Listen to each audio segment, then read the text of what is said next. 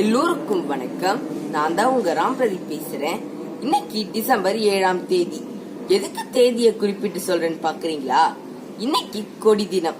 அதை பற்றி தான் நம்ம இன்னைக்கு வீடியோல பார்க்க போறோம். சோ வாங்க ஃப்ரெண்ட்ஸ், வீடியோக்குள்ள போலாம். கொடி நாள் என்பது நமது ராணுவ வீரர்களின் அரும்பணியையும் தியாகத்தையும் போற்றும் நாளாகும். தாயின் மணிக்கொடி பாரீர், அதை தாழ்ந்து பணிந்து புகழ்ந்திட வாரீர் என்று நமது தேசிய கவி பாரதியார் புகழ்ந்து பாடியது நமது தேசிய கொடியான மூவர்ண கொடியை பார்த்துதான். நமது தேசிய கொடியில் மேலிருந்து கீழாக காவி, வெள்ளை, பச்சை 3 நிறங்கள் உண்டு. மேலும் நமது தேசிய கொடியின் நடுவில் கடற்படை நீல வண்ணம் நிறத்தில் அசோக சக்கரம் எனப்படும் 24 ஆரம் கொண்ட சக்கரமும் உண்டு. நமது தேசிய கொடியை எல்லா வகையான துணியிலும் நெய்துவிட முடியாது.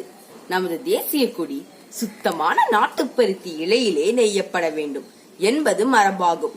கொடி தினம் கொண்டாடப்படுவது நோக்கம் என்னவென்றால், இந்த நாளில் பள்ளி மாணவர்கள், ஆசிரியர்கள், கல்லூரி மாணவ மாணவியர்கள் மற்றும் இளைஞர்கள் இந்திய கொடியை விற்பனை செய்து அதில் இருந்து வரும் தொகையை நமது ராணுவ வீரர்களின் நலனுக்காக பயன்படுத்துகிறது நமது இந்திய அரசு.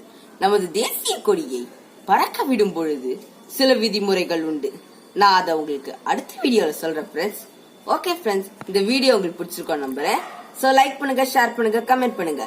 மறக்காம பிள்ளை தமிழ் சேனலை சப்ஸ்கிரைப் பண்ணலனா சப்ஸ்கிரைப் பண்ணி நோட்டிபிகேஷன் பெல் பண்ண பிரஸ் பண்ணி ஆல் பட்டனையும் பிரஸ் பண்ணுங்க. நன்றி, வணக்கம்.